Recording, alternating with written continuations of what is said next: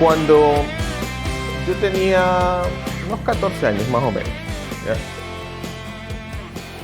Entre mis padres, o sea, entre mi padre y mi padre es generalmente el más novelero, más guayaquileño por ese aspecto, ¿no? Y él, la verdad es que hasta poco antes de su muerte, buscaba siempre andar al día en todo lo que pudiera, ¿no? De hecho, algo que siempre me pareció admirable de él fue que él aprendió en aquel entonces a usar Word 1 que estaba en inglés y él no sabía inglés. Yo recuerdo que en ocasiones él me decía, pero ¿cómo hago esto? Y yo, ya ándate a dormir, le decía, déjame dormir. Pero ahí él, hasta que aprendió, y ahí después de que ya aprendió le cogió el golpe, no hubo quien lo parara. ¿Ya?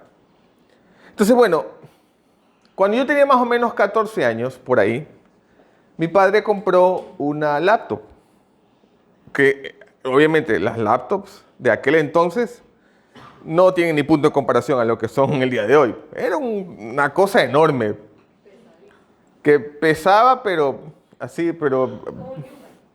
sí era bien pesada, no tenía disco duro, funcionaba solo con disquetes. Y la pantalla era una pantalla, diría blanco y negro, pero en realidad eso no es blanco y negro, sino más bien era verde y más verde. Porque así era, ¿no? Pero en aquel entonces era lo máximo. Y ya se imaginan quién fue el que la utilizó más, pues, ¿no? Y resulta que ya, pues yo estaba ahí, ¿no? Entonces más o menos en unos 14 años. Y dejo esta anécdota como sobre la mesa, por así decirlo. O sea, les cuento, o sea, en esa época no era así nada. Era el que yo usaba la computadora y todo. Varios años más tarde, un día, yo llamo por teléfono, o sea, un poco para los que tal vez no vivieron esa época. Antes se usaban teléfonos en las casas, ¿no? O sea, y no habían teléfonos celulares. No. ¿Ya? O sea, se usaba, no, bueno, sí había, pero los primeros eran carísimos y la verdad es que no se los usaba mucho al principio. Pero antes había teléfonos en las casas y si uno quería hablar con sus amigos, tenía que llamarlos por teléfono. Y los servicios de telecomunicaciones tenían sus fallas y a veces pasaba que se cruzaban las líneas. ¿Ya? No me acordaba de eso. Escuchábamos las conversaciones. Exactamente. Entonces de repente pasaba que uno llamaba a una persona y le contestaban en otro lado que no tenía nada que ver. Sí. Y pasó que yo llamaba por teléfono a un amigo y cuando me contesta una chica. Lo interesante de este caso es que yo conocía a la familia de mi amigo y sabía que además de su madre no habían chicas en esa casa. Entonces yo dije, bueno, ¿quién será? Tal vez algún familiar o algo, ¿no? Y yo pregunto por mi amigo y me dicen, no, que él no se encuentra. Ah, ok, perfecto, está bien. ¿De parte de quién? Y doy mi nombre, ¿no?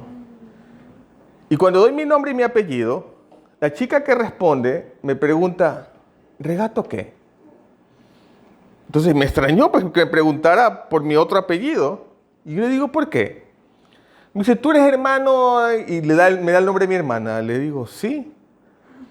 Y resulta que efectivamente se habían cruzado las líneas y yo estaba llamando a otra casa y que en esa casa justamente había contestado una chica y que esa chica había sido hermana de un amigo de mi cuñado.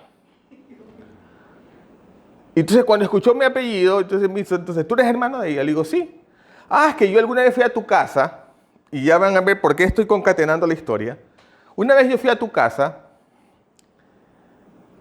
y tú estabas ahí, pero como estabas tan metido en la computadora, no le prestabas atención a nadie.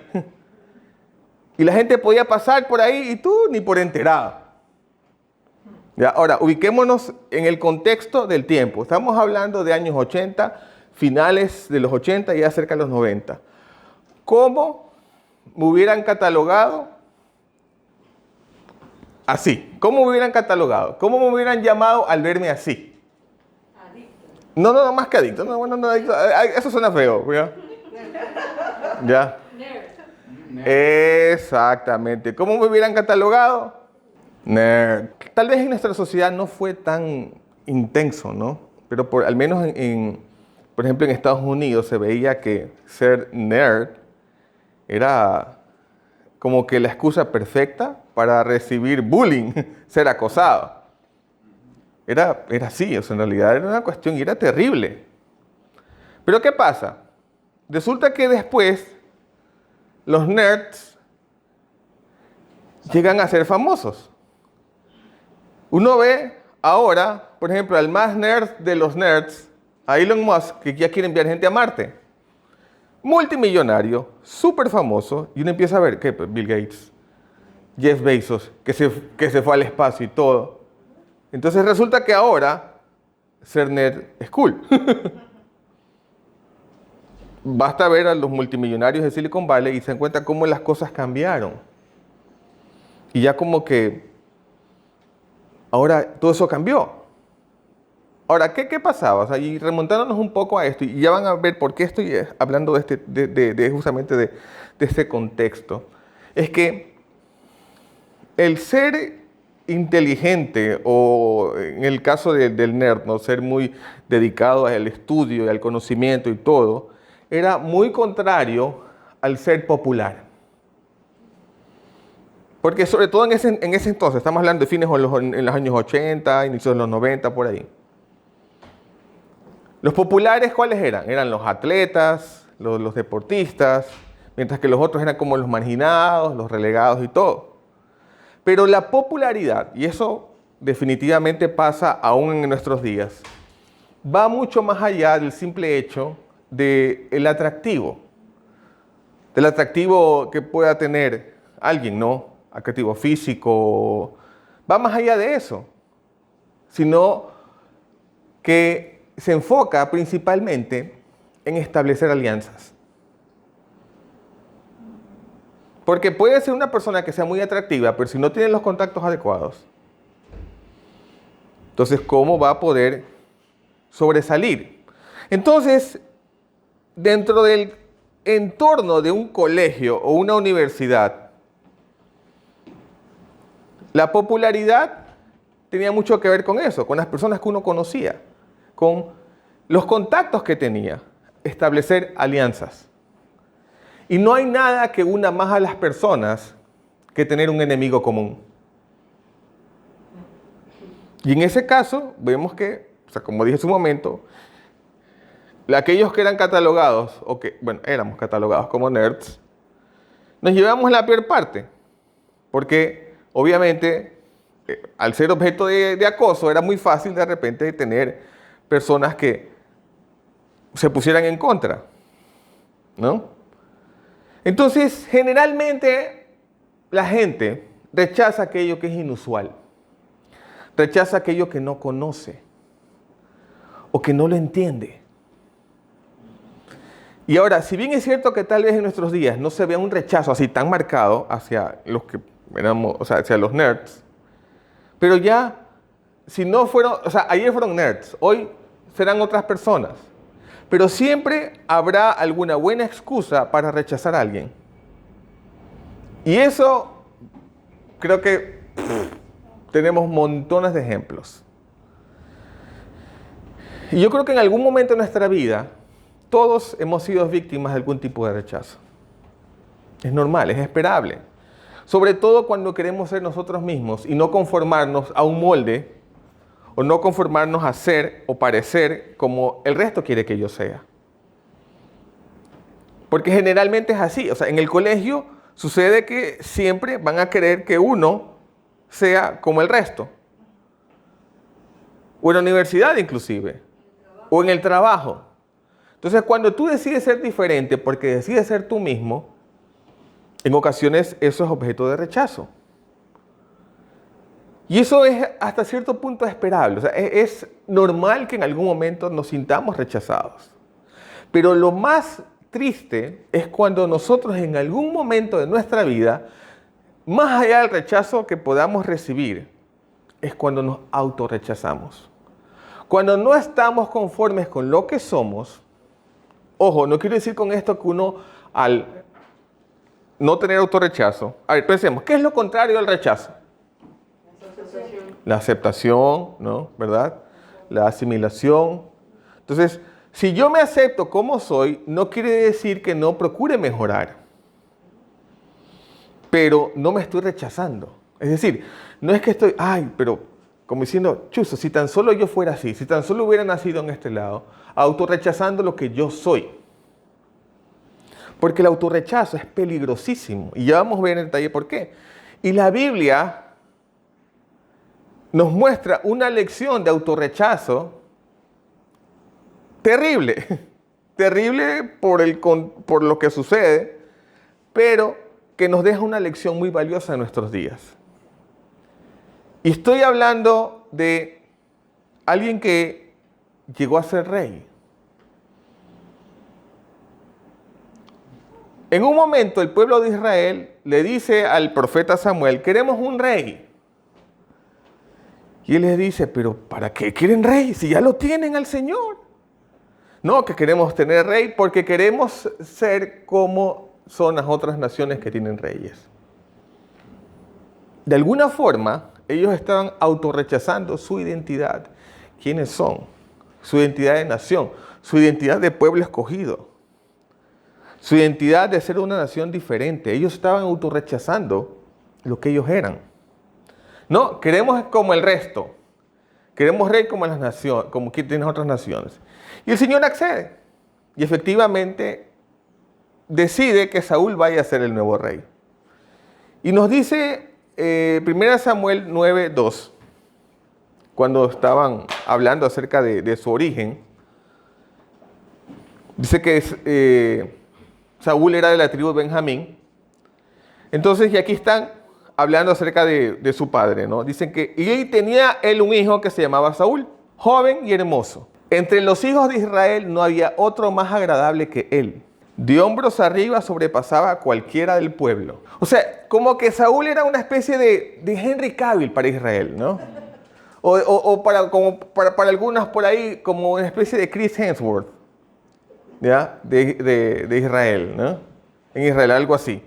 O sea, el ser así, o sea, el tener estas características es para darle mucha seguridad a uno.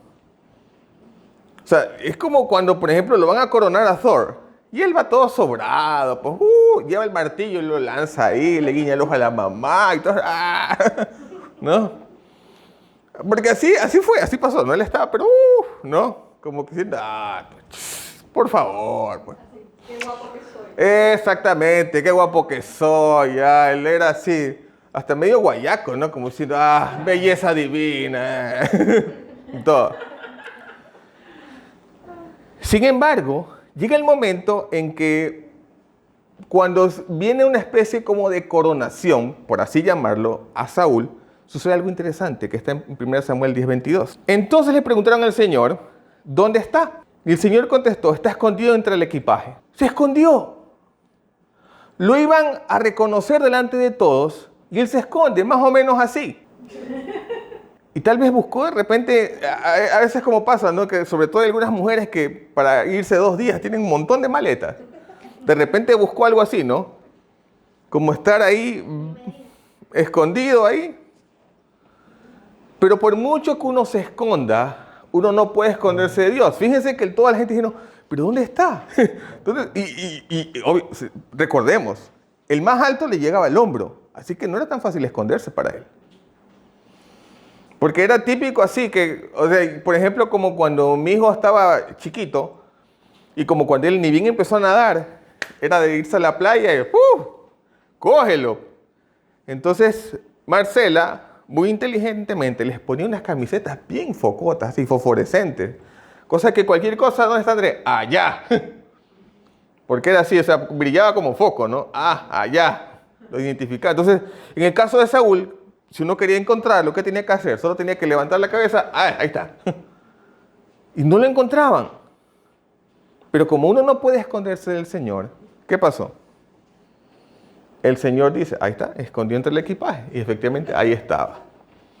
Oigan, y uno puede pensar que él de repente dice, ok, ya, me encontraron, ya, ok, ya, que ya voy, ya. Me extrañaron, ok, ahí voy. Pero sin embargo, la Biblia nos dice que pasó algo, que lo sacaron. No es que él salió, sino que tuvieron que sacarlo. Sí, pues tuvieron que empujarlo, ahí va. Ahora, normalmente cuando hablamos de Saúl, pensamos en el, no, pues él era el malo que lo perseguía a David, que lo quería matar. Y generalmente nos enfocamos porque muchas veces nos resulta más fácil enfocarnos en lo malo. Para nosotros mismos, para otras personas. Muchas veces juzgamos las intenciones de las otras personas, pero para concentrarnos en nosotros mismos, inclusive hasta nuestras acciones, como que no las juzgamos con tanta dureza.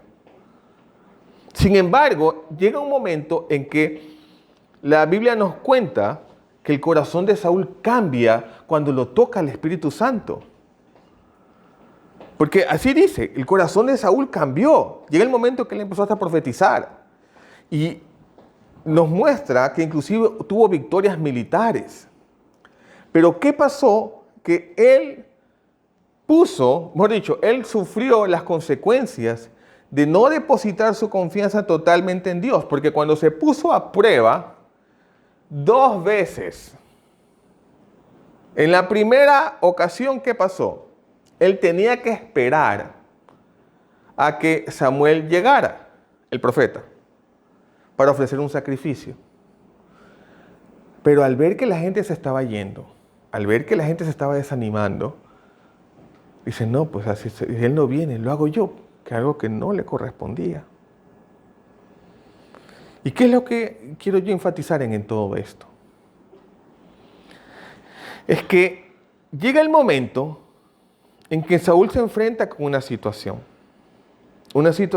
en la que su posición o su forma de, su reputación estaba en juego. Ahora, hace un momento dijimos que en todo Israel no había nadie como él, ¿no? Era como así, como el Henry Cavill, así, ¿no? Ahora, yo estoy seguro que esa cualidad, esas características, no solo eran reconocidas por el que escribió el libro de Samuel, de esta primera Samuel, eran reconocidas por toda la gente. Entonces yo estoy seguro que Saúl era objeto de lisonjas. Que no, o sea, a diferencia de aquel que se quiere guapo, en este caso él sí lo era, y seguramente no tenía ningún problema en llamar la atención, en conseguir chicas, por así decirlo, ¿no? A diferencia, por ejemplo, que pasa de aquel que, como dicen algunos, que la clave está en hacerla reír tanto que se olvide lo feo que eres. Pero en este caso Saúl no tiene ese problema. Entonces, Saúl dependía mucho de la opinión de la gente para sentirse bien, sentirse valioso, sentirse que lo que él hacía era importante.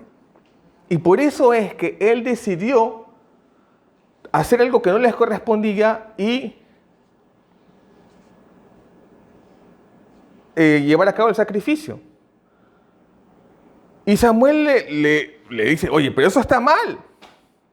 Y después pasa otra vez donde el Señor le dice, ok, vayan a este lugar y arrasen con todo. Es una cuestión de, dice, arrasen con todo. No quiero que dejen vivo a nada ni a nadie. Cuando en eso regresan y están con las vacas y todo, y Samuel le dice, oye, pero ¿qué estoy escuchando yo? Vacas y todo. Es que las traemos para sacrificio al Señor. Entonces, Samuel, ¿qué le llega a decir? Mira lo que dice en 1 Samuel 15:23. Negarse a obedecerlo es tan malo como la brujería.